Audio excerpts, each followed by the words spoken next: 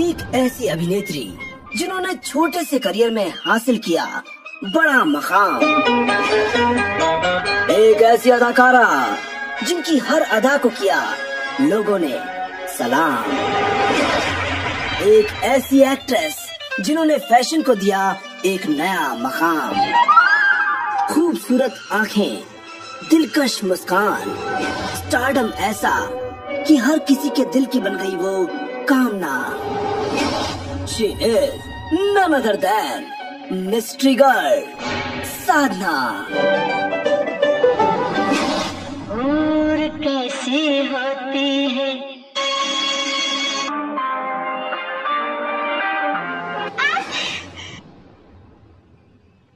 कोई इसे पहचानता है? कौन हो तुम? कोई नहीं। प्रेम संदेशा मैं और उस बंदर को भेजूंगी। मेरे महबूब, तुझे मेरी मोहब्बत की कसम, फिर मुझे नरगिसी आंखों का सहारा दे दे। तुम आदमी नहीं शैतान हो।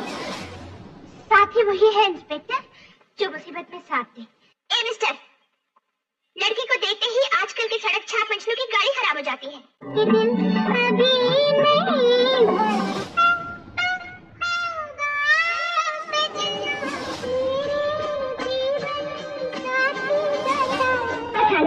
कहानी बहुत अच्छी बना के लाया हो, लेकिन अब मेरा कहानी से जी नहीं भेजता।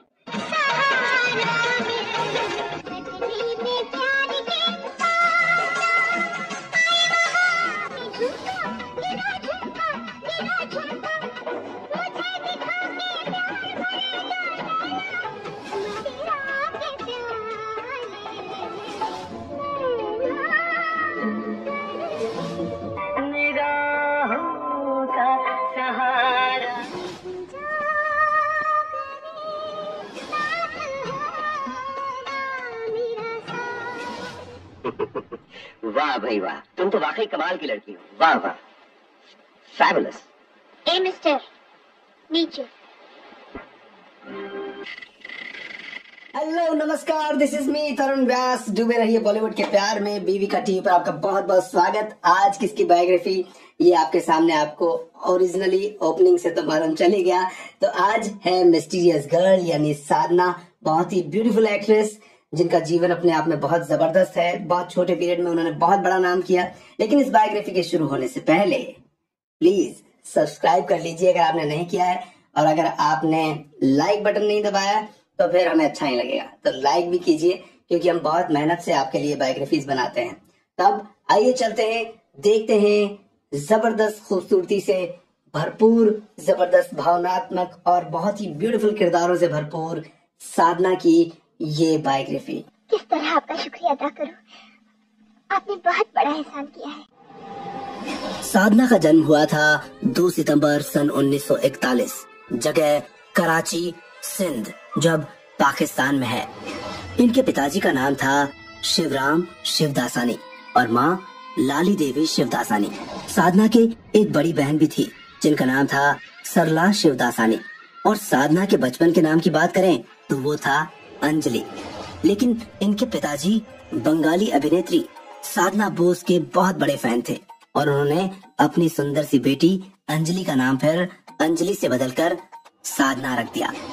और जब अंजलि यानी साधना 6-7 साल की थी तब भारत के विभाजन का वक्त आया। उस वक्त इनका परिवार कराची से फिर बॉम्बे यानी मुंबई चला आया, क्योंकि उस वक्त साधना के चाचा हरीश शिवदासानी भी बम्बई आ चुके थे। वो एक अभिनेता थे और इनकी एक बेटी भी थी बबीता, जो आगे चलकर फिल्म अभिनेत्री बनी थी।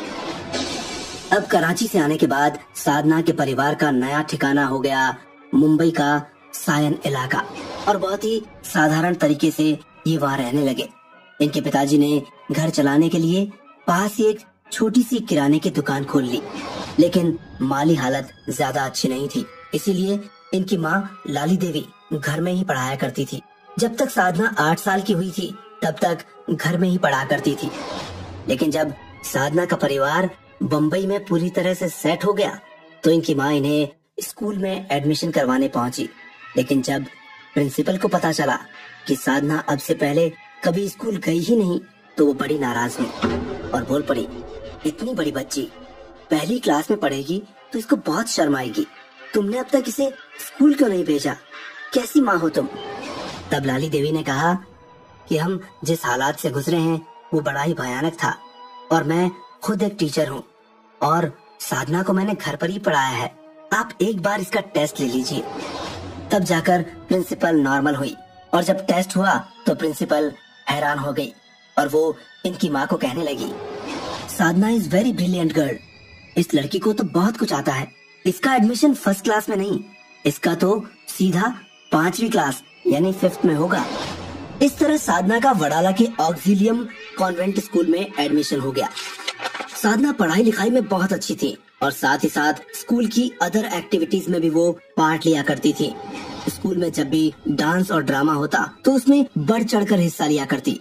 और जब साधना थोड़ी सी बड़ी हुई तो उन्हें अपने पिता का हाथ बटाने का ख्याल आने लगा और इसीलिए फिर वो कोलाबा में टाइपिस्ट की पार्ट टाइम जॉब करने लगी, यानी टाइपिस्ट बन गई।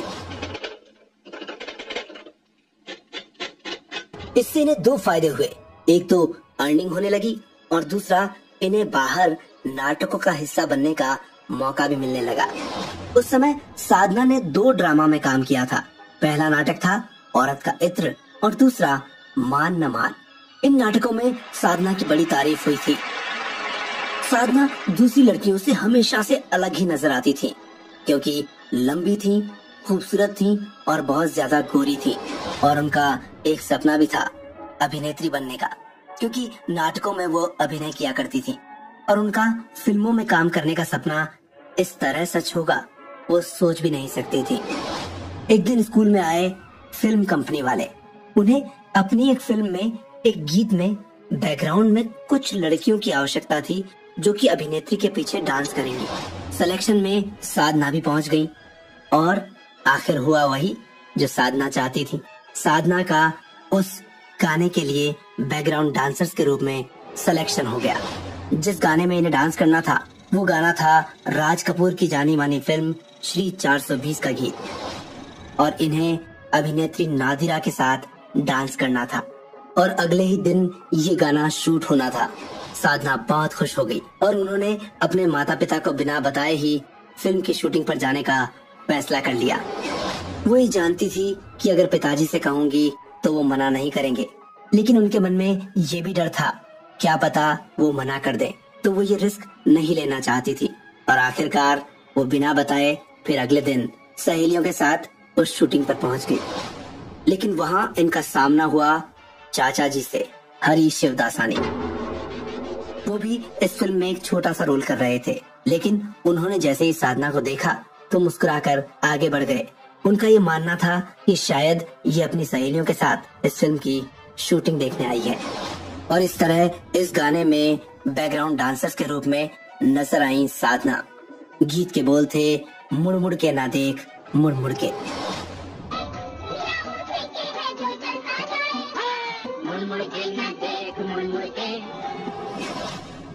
अब साधना की स्कूली शिक्षा पूरी हो चुकी थी और अब कॉलेज की बारी थी। जय हिंद कॉलेज में इन्होंने एडमिशन लिया। जब साधना कॉलेज में थी तब उन दिनों एक सिंधी निर्माता मुंबई में एक सिंधी फिल्म बनाने की सोच रहे थे। फिल्म का नाम था अबाना। अबाना का मतलब होता है पुश्तैनी मकान या ठिकाना। ये सिंधी फिल्म भारत के बंटवारे की त्रासदी पर आधारित थी। साधना को जब इस सिंधी फिल्म का पता चला तो उन्होंने अपने कुछ फोटोग्राफ्स फिल्म के प्रोड्यूसर्स को भिजवा दिए और फिर हुआ वही जो नियति को मंजूर था। साधना का इस फिल्म में सिलेक्शन हो गया।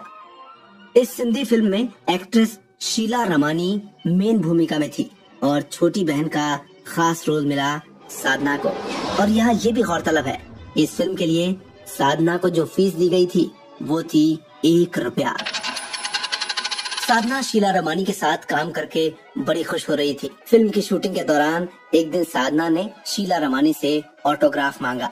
तब शीला रमानी ने कहा, आज तुम मेरा ऑटोग्राफ मांग रही हो, एक दिन देखना ये जमाना तुम्हारा ऑटोग्राफ मांगेगा, तुम बहुत बड़ी एक्ट्रेस बनोगी।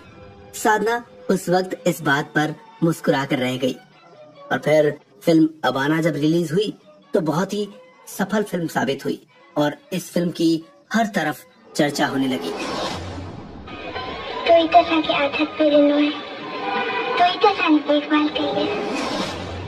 और फिर स्क्रीन मैगजीन में साधना की एक फोटो भी छप गई और उस फोटो पर नजर पड़ी फिल्मालय स्टूडियो के मालिक शशधर मुखर्जी की। उन्हें साधना बहुत पसंद आई और इसीलिए अब साधना को उन्होंने अपनी फिल्म कंपनी से जुड़ने का ऑफर दे दिया। साधना इस बात से बड़ी खुश हुई और तुरंत इस ऑफर को स्वीकार कर लिया।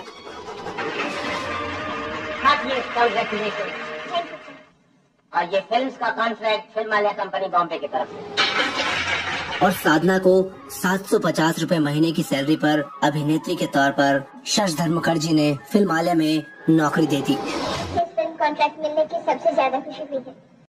उस समय के हिसाब से साधना के लिए ये बहुत बड़ी रकम थी, क्योंकि उन्हें अपनी फैमिली को भी सपोर्ट करना था और इस तरह इनका फिल्मों में आने का सपना भी सच हो रहा था। वहीं शशधर मुखर्जी अपने बेटे जॉय मुखर्जी को फिल्मों में लॉन्च करना चाह रहे थे और अपने बेटे के लिए हीरोइन के रूप में साधना उन्हें सबसे बेस्ट लगी थी। इस तरह अब साधना सिल्वर स्क्रीन पर नजर आई। फिल्म का नाम था लव इन शिमला और फिल्म को डायरेक्ट कर रहे थे उस वक्त के युवा निर्देशक R.K. नैयर। फिल्म की शूटिंग शुरू हुई, पर बात यहाँ पर आकर अटक गई कि साधना का रंग तो संगमरमरी सफेद था और इसी कारण इनका चौड़ा लिलाट ज्यादा ही उभर कर आता था। काफी हेयर स्टाइल चेंज करने के बाद आखिरकार बात आकर रुकी हेयर कट पर। साधना का हेयर कट चेंज करने का सोचा गया और फाइनली उन्हें मशहूर हॉलीवुड एक्ट्रेस ऑड्रे हेपनबर्ग की तरह हेयर कट दे दिया गया। आपने मेरे बाल क्यों काट दिए? और साधना का नया लुक सबके सामने आया। साधना इस लुक में इतनी खूबसूरत लग रही थी कि उन्हें जिसने भी देखा वो देखता ही रह गया। इस लुक को बनाने में R.K. नैयर की सबसे बड़ी भूमिका रही थी और वो तो पहली बार में ही साधना को देखकर अपना दिल दे चुके थे। साधना के साथ काम करते करते उनकी खूबसूरती को देखकर वो अक्सर यही सोचा करते थे कि मेरी जीवन साथी होगी तो सिर्फ साधना ही होगी। साल 1960 में रिलीज हुई लव इन शिमला बड़ी कामयाब फिल्म साबित हुई। साधना पहली फिल्म से ही लोगों के बीच फेमस हो गई। उनकी खूबसूरती के सब कायल हो गए। अभी से लोग कह रहे कि मेरी ऐसी खूबसूरत लड़की आज तक स्क्रीन पर कभी नहीं देखी गई। फिल्म की शूटिंग के दौरान साधना से विमल रॉय भी काफी इम्प्रेस हो गए थे। विमल रॉय ने अपनी पसंदीदा एक्ट्रेस नूतन की छवि देखी थी साधना में और फिर उन्हें फिल्म परख में इसीलिए साइन कर लिया। इस फिल्म के लिए साधना को अपना हेयर स्टाइल चेंज करना पड़ा। फिल्म परख में साधना ने बहुत ही बेहतरीन अभिनय की छाप छोड़ी और इस फिल्म का गीत ओ सजना बरखा बहार आई बहुत ही हिट साबित हुआ।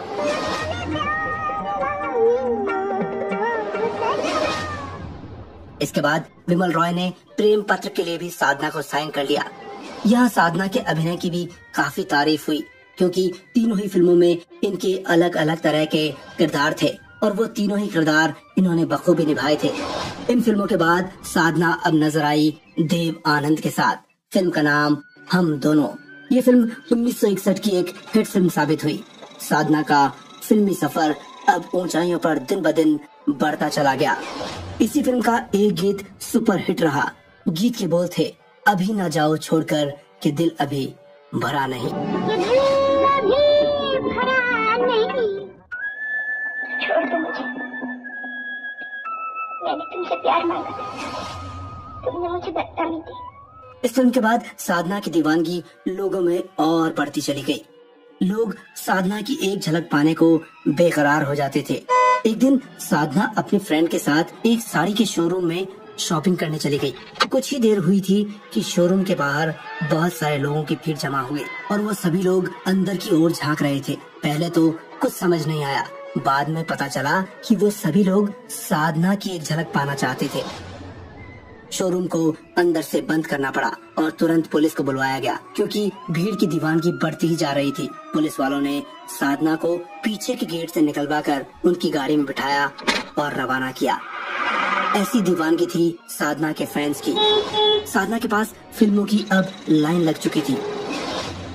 एक तो उनकी हिट होती हुई फिल्में और दूसरा अभिनय की जादूगरी दोनों ने ही कमाल कर दिया।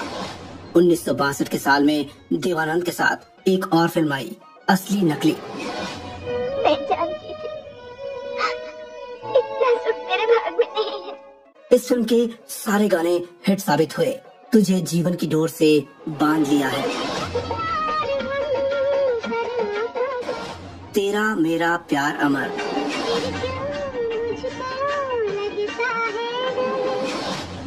वहीं राज खोसला ने इन्हें जॉय मुखर्जी के साथ एक बार फिर से सिल्वर स्क्रीन पर लाकर दिखा दिया। फिल्म का नाम एक मुसाफिर एक हसीना। एच.एस. रवेल अपनी फिल्म मेरे महबूब में भी साधना को लेना चाहते थे, पर साधना के पास वक्त ही नहीं था। इसीलिए रवेल साहब ने 8 महीने साधना का इंतजार किया और तब जाकर फिल्म की शूटिंग शुरू हुई।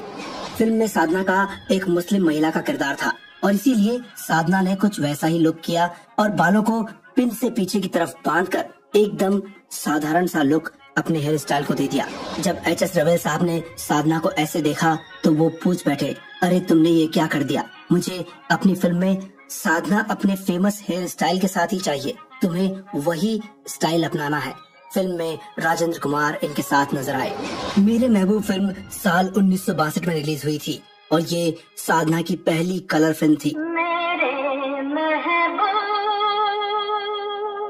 और ये फिल्म सुपर डुपर हिट रही, साथ ही सन 1962 की सबसे बड़ी ब्लॉकबस्टर फिल्म साबित हुई। न जाने कितनी बार वो मेरे बराबर से गुजरे, मैंने तो हर बार बोलना भी चाहा, लेकिन मारी शर्म के बोलना। फिल्म के गानों ने भी खूब धूम मचाई।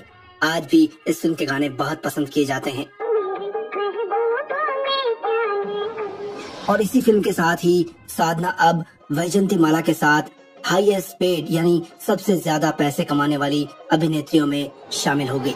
इस फिल्म ने ऐसी धूम मचाई कि हर तरफ लोग अब साधना की कॉपी करने लग गए।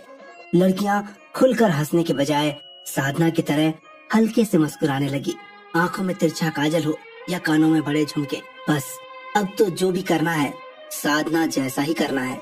लोगों में होड़ मच चुकी थी। एक बार साधना शॉपिंग करने गई और वहाँ ये वाकया हुआ।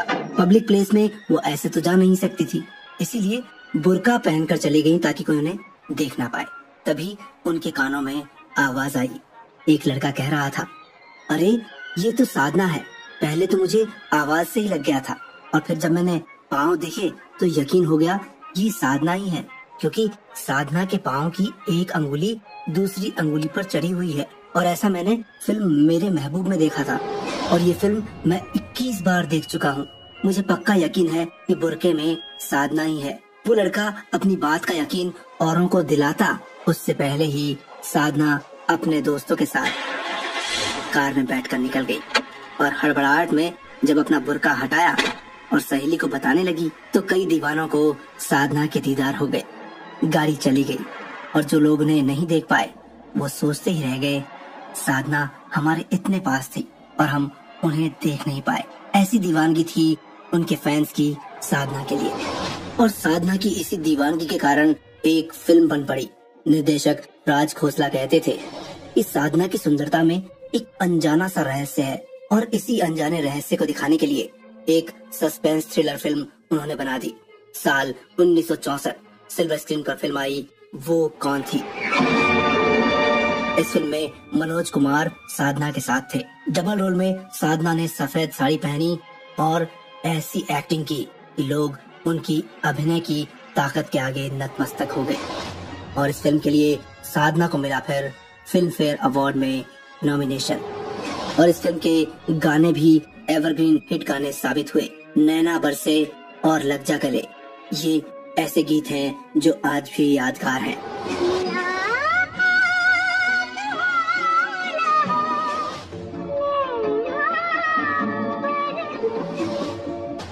इसी साल सन 1964 में ही साधना की एक और ब्लॉकबस्टर फिल्म आई।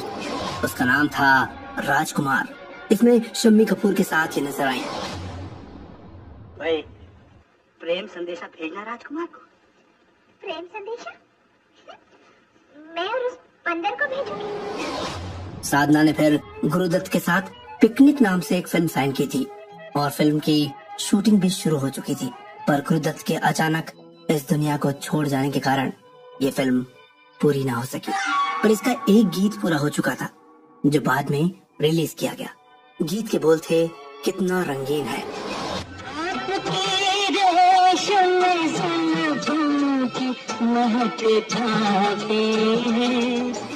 इसी साल साधना की फिल्म दूल्हा दुल्हन भी रिलीज हुई थी, जिसमें इनके साथ थे शम्मी कपूर के भाई यानी शोमैन राज कपूर। इस फिल्म की शूटिंग के समय एक ऐसा किस्सा हुआ जिसकी वजह से साधना अपने परिवार से दूर हो गई थी।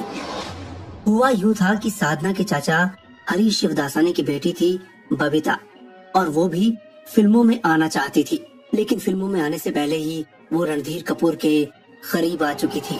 दोनों के प्यार के किस्से फिल्मी गलियारों में गूंजने लगे थे और सभी जानते थे कि बबीता साधना की बहन है।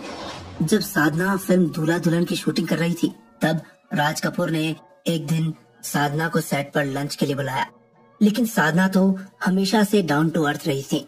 वो लंच पर भी यूनिट के लोगों के साथ ही खाना खाती थी। उन्हें कोई फर्क नहीं पड़ता था कि सामने कोई स्टार उनके साथ है या फिर स्पॉट बॉय। अब जब राज कपूर ने बुलाया तो वो अपनी प्लेट लेकर राज कपूर के पास पहुंच गई। राज कपूर ने कहा, मुझे तुमसे बबीता और रणधीर के बारे में बात करनी है। मैं जानता हूँ दोनों में अच्छी दोस्ती है, पार्टियों में भी साथ आते जाते हैं, लेकिन मैंने ये सुना है कि बबीता को कॉलेज जाने में कोई इंटरेस्ट नहीं है। वो तो मॉडलिंग और फिल्मों में ही काम करना चाहती है। इस पर साधना ने राज कपूर से कहा, क्या फिल्मों में काम करना गलत है?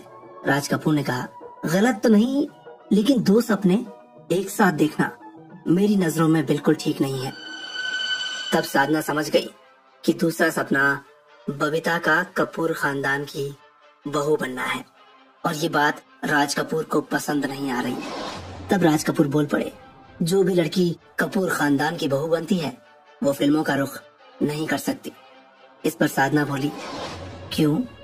फिल्मों में काम करने वाली लड़कियां आवारा होती हैं क्या? और फिल्मों में काम नहीं करने वाली सारी शरीफ? इस पर राज कपूर भड़क गए और बोल पड़े, तुम क्या बबीता को समझाओगी? तुम तो उसकी ही पक्ष ले रही हो।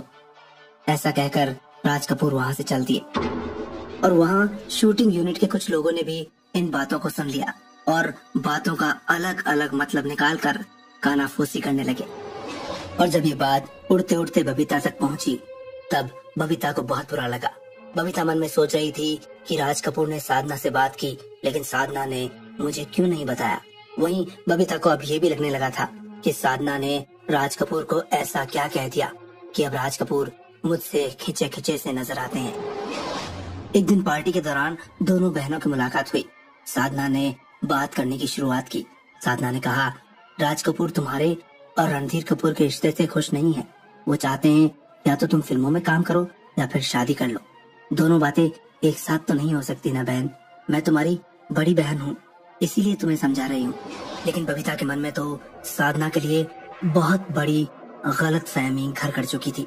बबीता चिल्लाकर बोल उठी, हाँ तुम बहुत बड़ी हो, लाखों रुपए कमाती हो, बड़ी स्टार हो ना, सब तुम्हारी ही बात सुनेंगे और मानेंगे भी। तब साधना ने कहा, ऐसा क्यों बोल रही हो?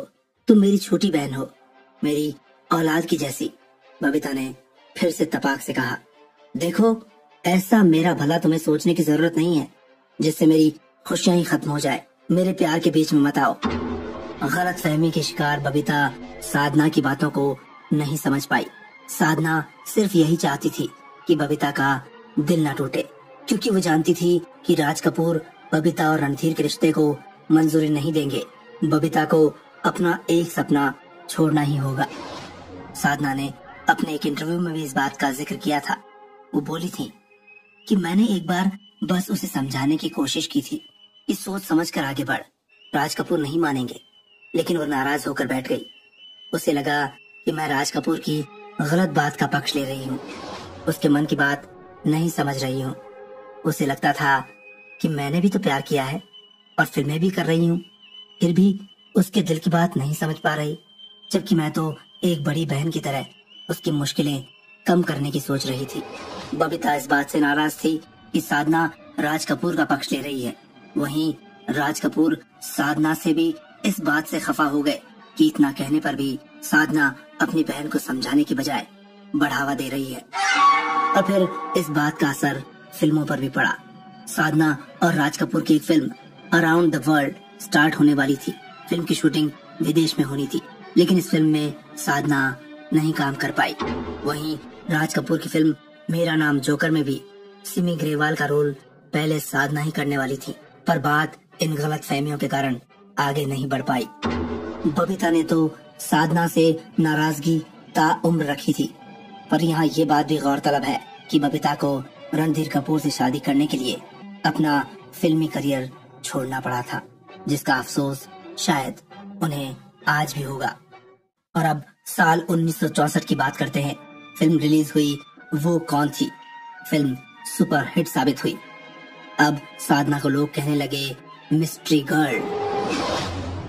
साधना ने हंसते हंसते इंटरव्यू में एक कमाल का किस्सा इस फिल्म से जुड़ा भी बताया था। वो कहती हैं कि फिल्म का गीत नैना बरसे रिमझिम रिमझिम ये शिमला में शूट होना था। यूनिट की पूरी टीम के साथ हम हिल स्टेशन जाने के लिए तैयार थे, लेकिन उस वक्त पता चला कि लता जी की तबीयत बिल्कुल ठीक नहीं है और वो अभी गीत रिकॉर्ड नहीं कर सकती। लेकिन जाने की तैयारियां तो हो ही चुकी थी, पर गाना रिकॉर्ड होने की कंडीशन में नहीं था, इसीलिए आउटडोर शूटिंग कैंसिल करनी पड़ रही थी। तभी बीच में संगीतकार मदन मोहन ने कह दिया, आप ऐसा ना करें, लता जी से हम गाना बाद में रिकॉर्ड करवा लेंगे। एक बार तो आप मेरी ही आवाज में गाना रिकॉर्ड करके शूटिंग पर ले जाइए और शूटिंग कर लें, उसके बाद हम लता जी की आवाज में इस गाने को डब कर लेंगे। और जब ये गाना शिमला में शूट हो रहा था तो वहाँ बहुत से लोगों के साथ एक नन्हा सा सरदार भी शूटिंग देख रहा था। साधना गाने की लिपसिंग कर रही थी और गाना मदन मोहन की आवाज में चल रहा था।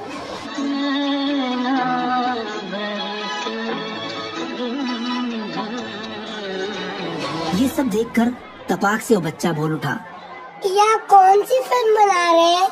ये हीरोइन आदमी की आवाज में क्यों गा रही है? छोटे से बच्चे की आवाज सुनकर शूटिंग यूनिट के सभी लोग और वहाँ खड़े शूटिंग देखने वाले लोग जोर जोर से हंस पड़े।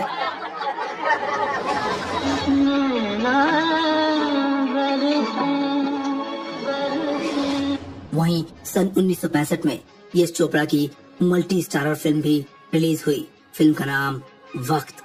ये उस साल की एक ब्लॉकबस्टर फिल्म साबित हुई। साधना ने इस फिल्म में अपने अभिनय से कमाल कर दिया, साथ ही एक नया फैशन भी दुनिया को दे दिया। उन्होंने चूड़ीदार पायजामे के साथ कट स्लीव कुर्ता पहना, जो एक स्टाइल बन गया। साधना ने चूड़ीदार पायजामा और कट स्लीव कुर्ता पहनने के लिए फिल्म डायरेक्टर को कहा, लेकिन उन्होंने कहा नहीं, ड्रेस हमारे हिसाब से होगी। लेकिन साधना को तो पता था जो वो कह रही हैं वो हिट हो जाएगा। उन्होंने अपने फैशन डिजाइनर के साथ ड्रेस तैयार करके पहनकर सीधा निर्देशक को दिखाया। चूड़ीदार पायजामे के साथ कट स्लीव कुर्ता पहने साधना को देखा तो डायरेक्टर देखता ही रह गया। ड्रेस अब पास हो गई। साधना इस ड्रेस में बड़ी सुंदर लग रही थी। फिर उसके बाद पूरी दुनिया को ये ड्रेस इतनी पसंद आई कि उस वक्त का फैशन बन गई। साधना के बाद और भी बहुत सी फिल्मों में दूसरी अभिनेत्रियों ने इस फैशन को अपनाया। और फिर इसी साल साधना की एक और फिल्म आई।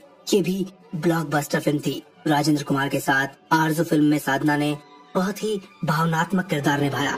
साथ ही ये उस साल की बड़ी कमाई करने वाली फिल्म साबित हुई। फिल्म के गीत भी सुपर डुपर हिट हुए।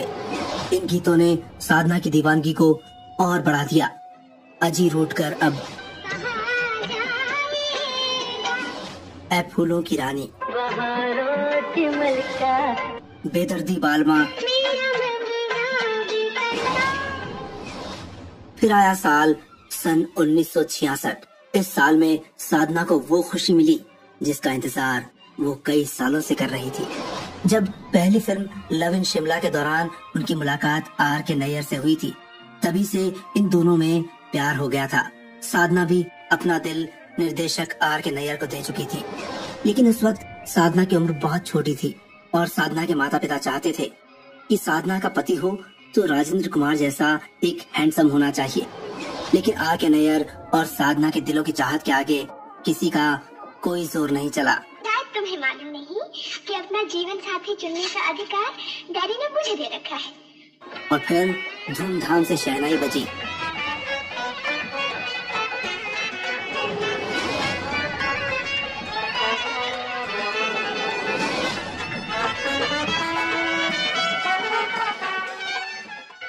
साधना और आर के नैयर शादी के बंधन में बंध गए। इसी साल सन 1966 में साधना की दूसरी सस्पेंस मूवी भी रिलीज हुई थी, जिसका निर्देशन भी राज खोसला ने ही किया था। फिल्म का नाम था मेरा साया।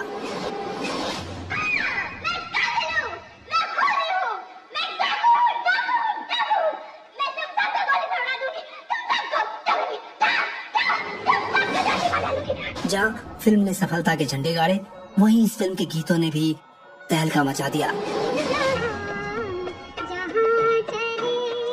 मेरा साया साथ होगा और दूसरा गीत रहा झुमका गिरा रे। और यहाँ ये भी गौरतलब है कि साधना के इस गाने की डांस कोरियोग्राफी की थी सरोज खान ने, और यहीं से उनके करियर की शुरुआत हुई थी। और झुमका गिरा रे बरेली के बाजार में, इस गाने में साधना के डांस और अदाओं को लोगों ने इतना पसंद किया कि वो दीवाने हो गए।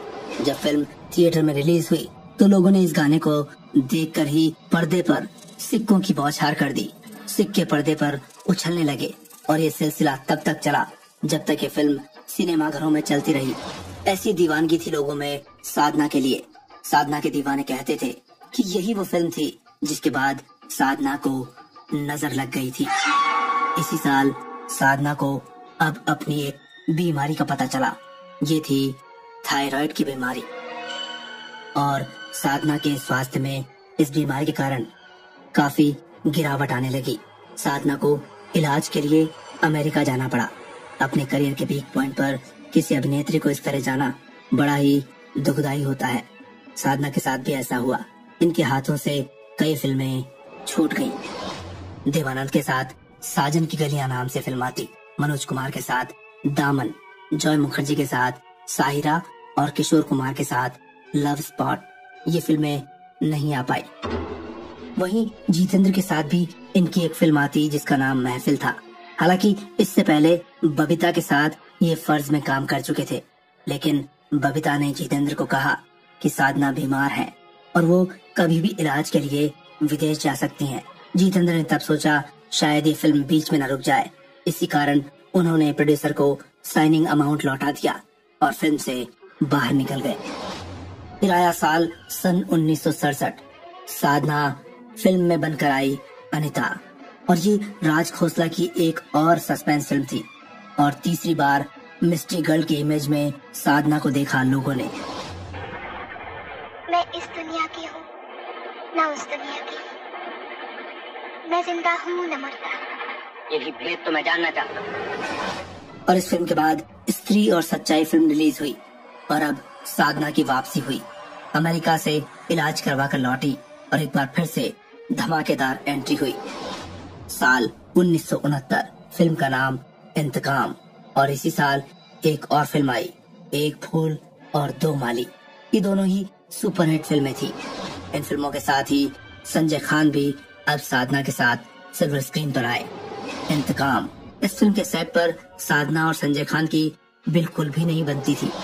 संजय खान मजाकिया अंदाज में बार बार साधना को छेड़ा करते थे और ये बात साधना को पसंद नहीं आती थी। लेकिन यहाँ गलती संजय खान की भी नहीं थी, क्योंकि फिल्म का निर्देशन कर रहे थे आर के नैयर, यानी साधना के पति। और उन्होंने संजय खान से कहा, आप साधना को सीनियर एक्ट्रेस समझकर अगर एक्टिंग करेंगे तो रोमांटिक सीन में भी कोई फील नहीं आएगा। आप उनसे थोड़ी थोड़ी बातचीत करके खुल जाइए। इसी कारण संजय खान ज्यादा ही मजाक करने लगे, लेकिन साधना को तो ये बिल्कुल पसंद नहीं आ रहा था। एक दिन साधना कुछ खा रही थी, तभी संजय खान ने उन्हें देखकर कहा, अरे देखो, हमेशा कुछ न कुछ खाती रहती है साधना। इस बात पर साधना को और गुस्सा आ गया। उन्होंने कह दिया, मेरे खाने का पेमेंट क्या आप करते हैं? आपको क्या तकलीफ हो रही है? ऐसा गुस्सा आया साधना को। तुम यहाँ क्यों आए हो? चले जाओ यहाँ से। और यहाँ ये बात भी गौरतलब है कि साधना ने जो भी किया वो एक फैशन बन गया था। साधना अपनी थायराइड बीमारी के लक्षण छुपाने के लिए गले में हमेशा एक दुपट्टा फोल्ड करके लगा लेती थी, पर उनका ये स्टाइल देखकर लोग कहते थे, वाह, साधना ने क्या स्टाइल बनाया है। और उसके बाद फिर गले में दुपट्टा फोल्ड करना भी एक फैशन बन गया। सन 1970 में फिर इश्क पर जोर नहीं, ये भी फिल्म साधना की रिलीज हुई। साल 1971 सिल्वर स्क्रीन पर राजेंद्र कुमार और साधना एक बार फिर साथ नजर आए। फिल्म का नाम आप आए बाहर आई। आप आए बाहर आई फिल्म के सभी गाने सुपर हिट रहे थे। दरवाजा खोलो। नहीं खुलेगा, नहीं खुलेगा, नहीं खुलेगा। मैं खोलने में तुमसे कभी बात नहीं करूंगा। मुझे बनाना आता है। उन दिनों एक फिल्म पत्रिका आती थी माधुरी। उसने जब जनता की राय मांगी कि हमें माधुरी नवरत्न चुनना है तो आप बताएं किसे चुना जाए। लोगों ने चिट्ठियां भेजी और ज्यादा नाम आए साधना के और राजेश खन्ना के। तब माधुरी नवरत्न चुने गए साधना और राजेश खन्ना।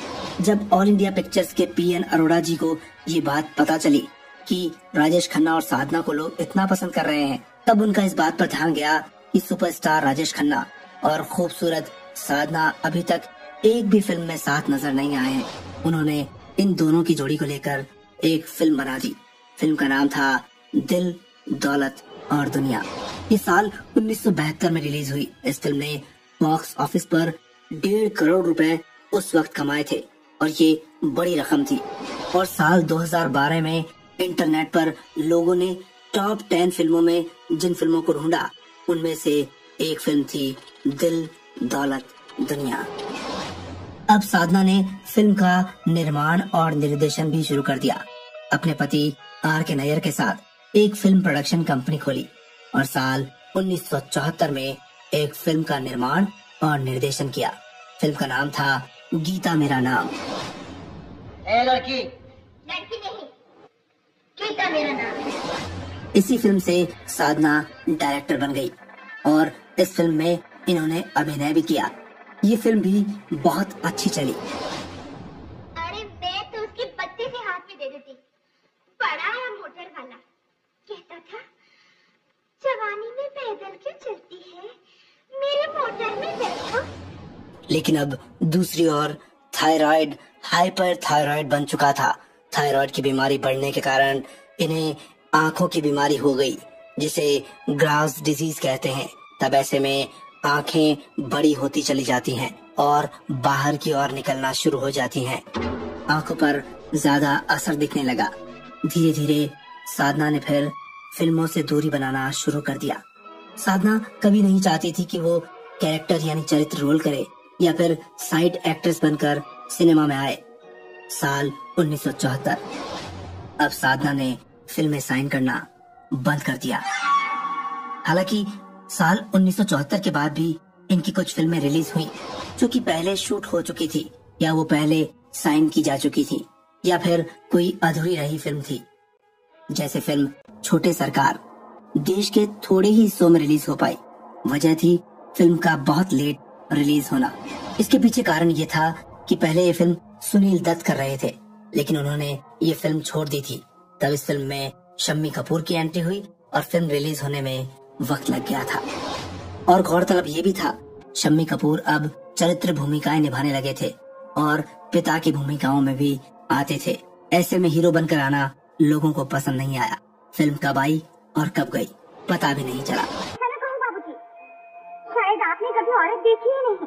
बहुत देखी है। तो फिर सिर्फ बुरी औरतें देखी होंगी। जैसे फिल्म वंदना जो अपने समय से काफी पीछे की फिल्म थी, इसीलिए इस फिल्म को पूरे भारत में रिलीज ना करके कुछ ही इलाकों में इस फिल्म को प्रदर्शित किया गया था।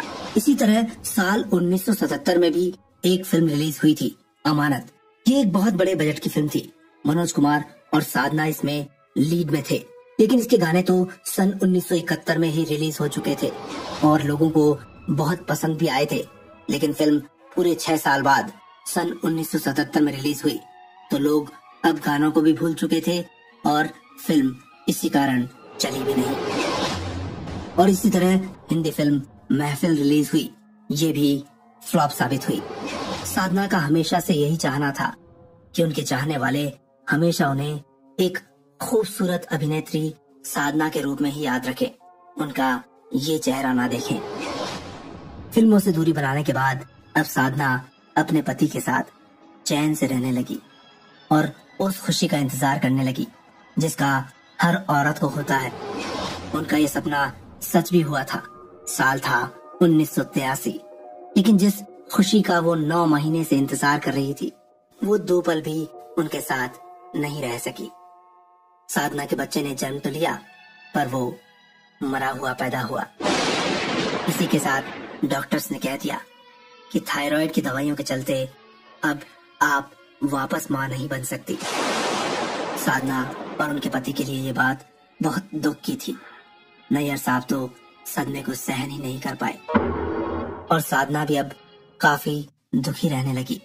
और साधना को इस दुख से उबारने के लिए आर.के. नैयर साहब ने दुनिया घूमने का प्लान किया। दोनों ने बहुत एंजॉयमेंट किया और जगह जगह घूम कर आए। पर दादा मरुन कहते थे कि अच्छा खाना सिर्फ औरतें पका सकती है। आर.के. नैयर साहब को खाना खाने का बड़ा शौक था। देखो, आज किसी चीज को हाथ न लगाना, खाना मैं पकाऊंगी। जी बेबी जी। इसीलिए साधना ने यूरोपियन और चाइनीज खाना बनाना सीखा और एक से एक डिश बनाकर पेश किया करती थी। यहाँ तक कि 20 तरह की दालें भी बनाना सीखा साधना ने। साधना नैयर साहब को बहुत प्यार करती थी और नैयर साहब इन खानों को खाकर बहुत तारीफ किया करते थे साधना की। साधना भी हर पल भगवान का शुक्रिया अदा करती थी कि उनकी जिंदगी में आर.के. नैयर हैं। लेकिन अब नैयर साहब की भी तबीयत अच्छी नहीं रहती थी। अस्थमा की उन्हें बीमारी थी, लेकिन जब ज्यादा तकलीफ बढ़ने लगी तो तबीयत बहुत नासाज हो गई। वो साधना की बड़ी फिक्र किया करते थे और कहते थे, तुमने मेरे अलावा कभी किसी पर ध्यान नहीं दिया। जब मैं इस दुनिया से चला जाऊंगा तब तुम अकेली कैसे रहोगी। तब साधना बोलती थी, मैं आपसे पहले चली जाऊंगी और ना भी गई तो आपके साथ ही चलूंगी। इस घर से एक नहीं 2 अर्थियां निकलेगी। और फिर आखिरकार वो दिन आया जब 2 हंसों का जोड़ा बिछड़ गया। नैयर साहब को अस्थमा का अटैक आ गया। हॉस्पिटल लेकर गए और रास्ते में ही उन्होंने दम तोड़ दिया। साधना की जिंदगी का सबसे गहरा सदमा था। वो अंदर तक टूट गई, बहुत परेशान रहने लगी और अब उन्होंने अपनी फिल्म प्रोडक्शन कंपनी भी बंद कर दी। भारी मन से उन्होंने अपने स्टाफ को विदा किया, कार्टर रोड का फ्लैट भी बेच दिया और अब साधना संगीता बंगलों में किराए से रहने लगी। साधना को अपने पति को खोने का बहुत सदमा था, लेकिन वक्त घावों को कम कर देता है। धीरे धीरे लाइफ में सेट होने लगी साधना। उन्हें पता था जो जीवन भगवान ने दिया है वो तो उन्हें जीना ही पड़ेगा, बातों का क्या है। और अब साल आया सन 1994। साधना की आखिरी फिल्म रिलीज हुई। फिल्म का नाम था उल्फत की नई मंजिलें। ये फिल्म साल 1970 में साधना ने साइन की थी, लेकिन ये फिल्म बंद हो गई थी। और फिर 20 साल बाद यानी साल 1990 में राजकुमार का साधना के पास फोन आया। हेलो, मैं बोल रहा हूँ राजा। ये राजा साहब, हमारी याद कैसे आ गई आपको? साधना जी, हमें हमारी फिल्म पूरी करनी है। वहीदा जी ने डेट दे दी है, आप भी अपनी डेट बताएं।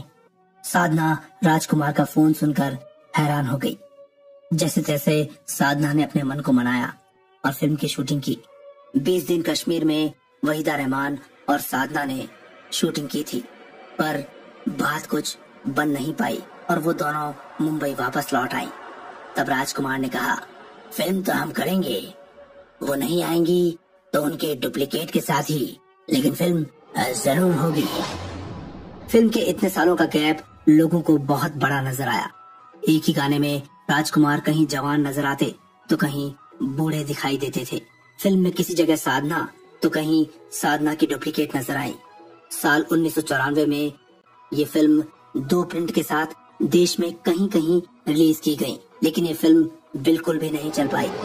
साधना की पर्सनल लाइफ की बात करें तो वो बाकी जिंदगी शांति से गुजारना चाहती थी। हमेशा मीडिया और पार्टियों से दूर रहा करती थी। फोटो खिंचवाने का उन्हें कोई शौक नहीं था, न ही किसी कार्यक्रम में शिरकत किया करती थी।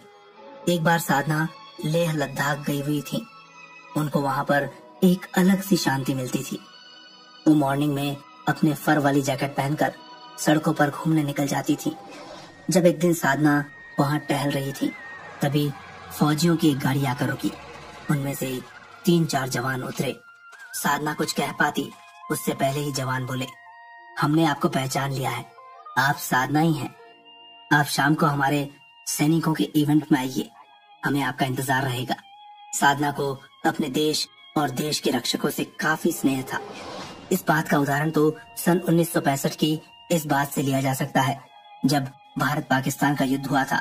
तब साधना ने भारतीय सेना के लिए धन जुटाने के लिए एक मुहिम में बढ़ चढ़कर हिस्सा लिया था और अपने शादी के जेवर और पैसे भी साधना ने इस धन कोष में जमा करवा दिए थे। खैर, उस वक्त लेह लद्दाख में साधना शाम को फौजी भाइयों के पास पहुंची और वहां उनकी बहुत रेस्पेक्ट हुई। साधना के वजन के बराबर उन्हें गुलदस्ता भेंट किया गया। खाने के बाद जब कुछ लोगों ने साधना के साथ एक फोटो खिंचवाने की बात कही, तो साधना ने बड़ी सादगी से साफ मना कर दिया कि मैं फोटो नहीं खिंचवाऊंगी। आकाशवाणी पर एक कार्यक्रम भी आता है, जयमाला, जो कि सैनिकों के लिए खास प्रोग्राम है। इस कार्यक्रम में कुछ हीरो हीरोइन अपने फौजी भाइयों के लिए कुछ गीत अपनी बातों के साथ सुनवाते हैं। इस कार्यक्रम जयमाला में भी साधना ने शिरकत की थी और फौजी भाइयों को गीत सुनवाए थे। साधना को कई फैंस लेटर लिखा करते थे और साधना भी उन खतों का जवाब दिया करती थी। एक बार ईरानी मैटनी आइडल फरदीन जब भारत आए तो स्टाइलिश साधना को मिलने उनके घर पहुंचे। उनका मन था कि वह साधना को लेकर ईरानी फिल्म बनाएं, लेकिन ये फिल्म नहीं बन पाई थी। साधना को मुंबई शहर बहुत पसंद था। उन्होंने अपने बचपन से लेकर अंत तक का समय यही निकाला था। वो कहती थी, मुंबई एक ऐसा शहर है जहां 60 के दशक में भी मैं बेझिझक कोक के साथ विस्की ऑर्डर कर सकती थी। साधना अक्सर अपने साथ एक स्टाफ को रखा करती थी। उनकी सेक्रेटरी थी फ्लोरा और साथ ही फ्लोरा का पति। फ्लोरा की जब बेटी हुई थी तो उसका नाम रखा गया रिया। रिया को साधना ने गोद ले लिया था। हालांकि कानूनी रूप से तो नहीं, पर साधना को वो नानी कहती थी। साधना ने भी उसकी पूरी जिम्मेदारी ले रखी थी।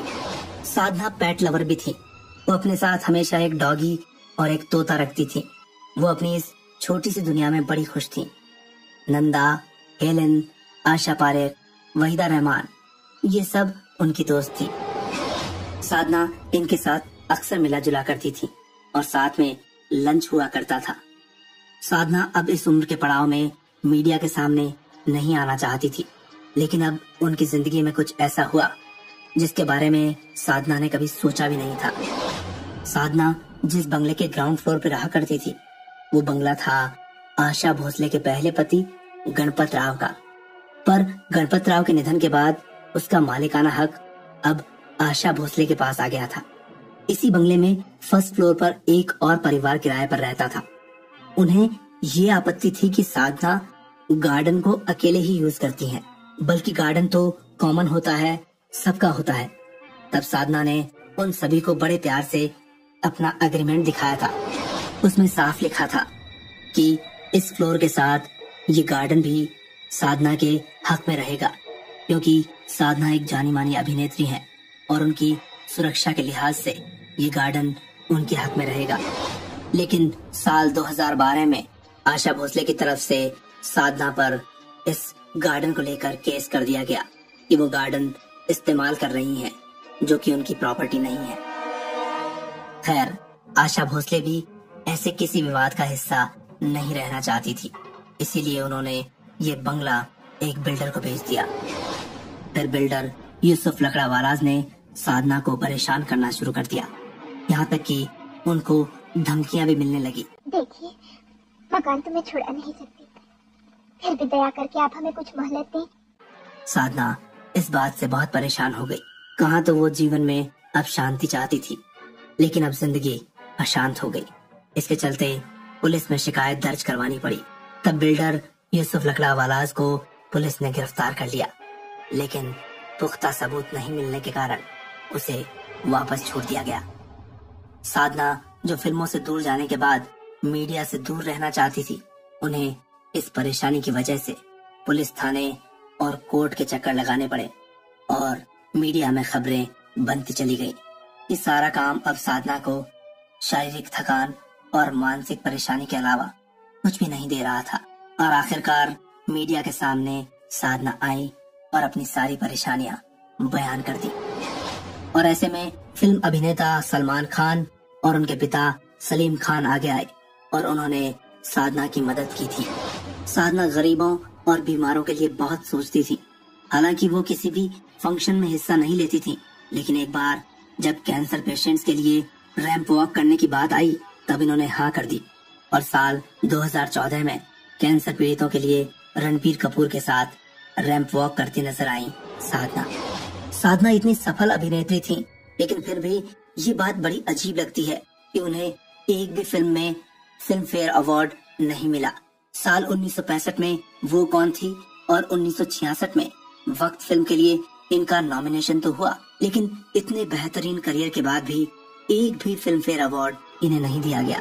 पर साल 2002 में इन्हें लाइफ टाइम अचीवमेंट अवार्ड से जरूर सम्मानित किया गया था। और इस बात पर कई लोगों ने कई सवाल भी उठाए थे कि क्या फिल्म फेयर अवार्ड अच्छी अभिनेत्री की पहचान नहीं कर सकता। इतनी अभिनय की क्षमता रखने वाली खूबसूरत अदाकारा को एक भी फिल्म फेयर अवार्ड क्यों नहीं मिला, अक्सर फैन पूछते रहे। खैर, इस सवाल का जवाब तो नहीं मिला, पर उनके चाहने वाले लोग इतने थे कि किसी अवार्ड की कोई जरूरत भी नहीं, क्योंकि साधना अपने आप में ही गोल्ड थी और इतना बड़ा अवार्ड वो खुद ही थी कि उनकी एक झलक पाने के लिए लोग बेकरार रहते थे। साधना की खूबसूरती के कशीदे तो फिल्मी दुनिया के लोगों ने बहुत गढ़े थे। विश्वजीत कहते थे, साधना के चेहरे के क्लोजअप पर शहर भर की चर्चा का विषय होता है। सरोज खान कहती थी, क्या इंसान थी, बेहद खूबसूरत। पहली बार देवानंद ने देखा तो कहा था, आप बहुत ही खूबसूरत महिला हैं। वहीं मनोज कुमार भी इनकी खूबसूरती के बड़े कायल थे। निर्माता निर्देशक यश चोपड़ा ने तो कहा था कि साधना फिल्म जगत की टॉप 10 हीरोइंस में से एक है।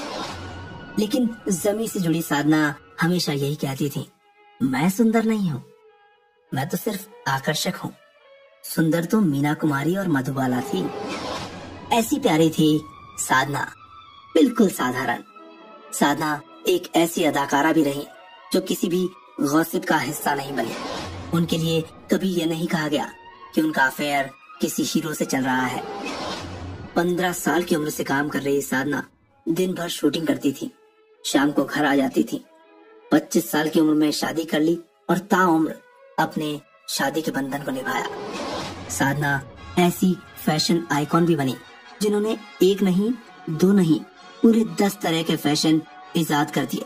बड़े झुमके, Sadhana cut hair style, churidar kurta, dupatta गले में फोल्ड करना, तिरछा काजल, पाँव में जूतियां, ऐसे कई नए नए स्टाइल थे जो उस वक्त लड़कियों ने बहुत कॉपी किए और आज भी हो रहे हैं।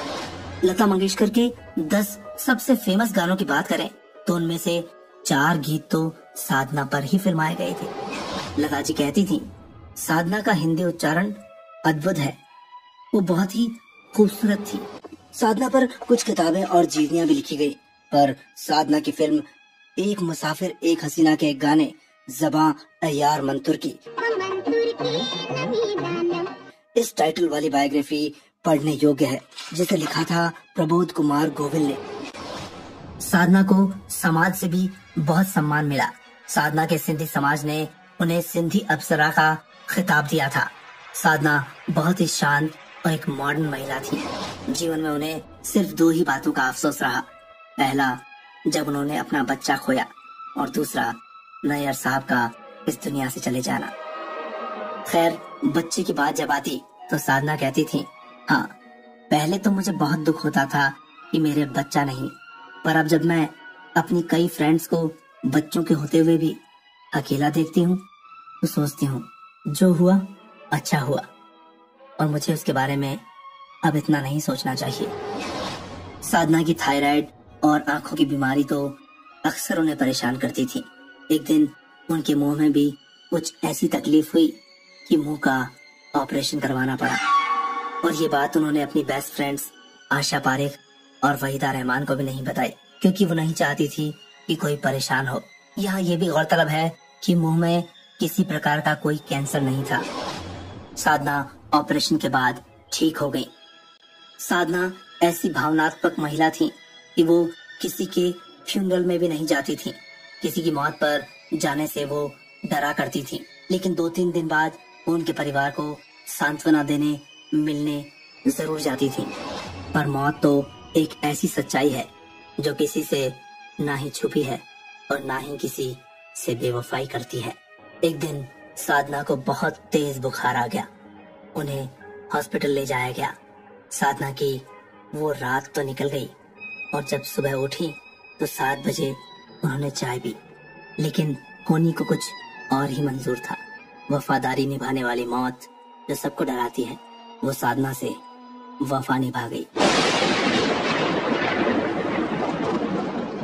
25 दिसंबर क्रिसमस डे साल 2015।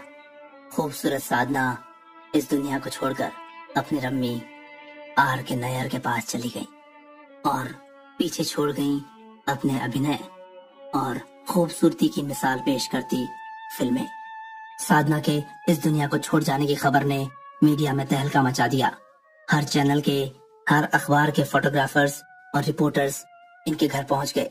वहां पर कई फिल्मी हस्तियां पहले से ही मौजूद थीं और सभी कलाकारों ने तब मीडिया से कहा कि आप साधना के बारे में कुछ भी गलत मत छापिएगा। साधना को कैंसर नहीं था, जो कई लोग कहते हैं वो बात गलत है। और दूसरी बात, वो कभी भी अकेली नहीं रहती थी। उनकी सेक्रेटरी फ्लोरा का परिवार और साथ ही कोई ना कोई रिश्तेदार इनके पास जरूर रहा करता था। जो सच है वो ही सामने आना चाहिए, नहीं तो दुनिया तरह तरह की बातें बनाने में बड़ी चालाक होती है और ऐसी बातों से दुनिया छोड़ जाने वाले की आत्मा को शांति नहीं मिलती। जो हो, सच ही सबको पता हो। सुंदर साधना, अप्सरा साधना, लाखों दिलों की धड़कन साधना, चली गई हमसे बहुत दूर साधना। साधना की वो खूबसूरती, वो युवा चेहरा हम सभी के बीच जिंदा रहेगा। बीवी का टीवी सलाम करता है इस शख्सियत को जिन्हें साधना कहते हैं, जिन्होंने वास्तव में अभिनय की साधना की और अपने दर्शकों के लिए हमेशा वही साधना बनकर रहना चाहती थी जो वो देखना चाहते थे। अब इस बायोग्राफी में इतना ही। आगे कौन सी बायोग्राफी आने वाली है उससे पहले आपको कहूं कि इस बायोग्राफी को आप ज्यादा से ज्यादा लाइक कीजिएगा। लाइक करना बहुत जरूरी है, इससे और लोगों तक पहुंचती है। साथ ही और लोगों तक आप इन्हें भेजिए। जैसे आपका व्हाट्सएप है, फेसबुक है, आपके जितने भी सोशल मीडिया अकाउंट है, वहां इस लिंक को, इस वीडियो को शेयर करेंगे तो और लोगों तक हमारी ये मेहनत पहुंच पाएगी। तो बस ऐसे ही करते रहिए, सब्सक्राइब, लाइक एंड शेयर भी कीजिए। अब आगे चलते हैं और बताते हैं अगली बायोग्राफी किसकी हुई। अगली बायोग्राफी एक होगी ऐसी शख्सियत की जो कि बहुत जबरदस्त कॉमेडियन रहे। एक दिल से, एक साफ सुथरी, एक ओरिजिनली, क्योंकि सिंप्लिसिटी से जो कॉमेडी होती है वो करके दिखाई। किसने? वो थे देवन वर्मा। उनकी बायोग्राफी लेकर आ रहे हैं। वो दादा मुनि के दामाद भी थे और उससे पहले तो बहुत जबरदस्त अभिनेता। तो उनकी बात होगी। तब तक आप इंतजार कीजिए, हम इस रिसर्च में हैं। और आपको किन की बायोग्राफी देखनी है जरूर कमेंट बॉक्स में बताइएगा, क्योंकि इससे हमें पता चलेगा और हम उन पर मेहनत कर सकेंगे। Thank you so much. आज्ञा दीजिए तरुण व्यास को और डूबे रहिए बॉलीवुड के प्यार में।